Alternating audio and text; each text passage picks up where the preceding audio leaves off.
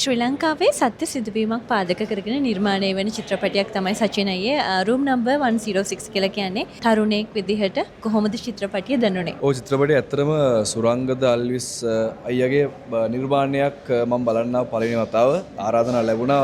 ඉතින් මේ බිසි ජෙඩුවල් එකත් එක මට එන්න බැරුව ගියා. ඉතින් නමුත් මම හිතනවා මම හරි ලස්සන චිත්‍රපටයක් නරඹුවා කියලා. මොකද ඒක ඇත්තටම සත්‍ය කතාවක් පාදක කරගෙන තමයි නිර්මාණය වෙලා තියෙන්නේ. ඇත්තටම මම මේ චිත්‍රපටය ඇතුලේ ඉන්නවා වගේ හැඟීමක් දැනුණා. ඒ හැම රූපරාමකෙම සහ ඒ අංග ලක්ෂණ සහ විමල් අය කියන්නේ ඔය කොහොමත් දක්ෂ රංගන ශිල්පියෙක්. ඒ වගේ මම එතුමාගේ ෆෑන් කෙනෙක්. ඉතින් හරි ලස්සන විදිහට නිර්මාණය වෙලා තිබුණා. ඩිස්නි සහ නයෝමි තක්ෂිලා එකතු වෙලා හරි ටීම් එකක් විදිහට මම දැක්ක. හරි ලස්සනට මේ නිර්මාණය සත්‍ය කතාවක් නිසා මම හිතනවා ඒක ඇතුලේ තියෙන්න ඕනේ හරි රසයක්.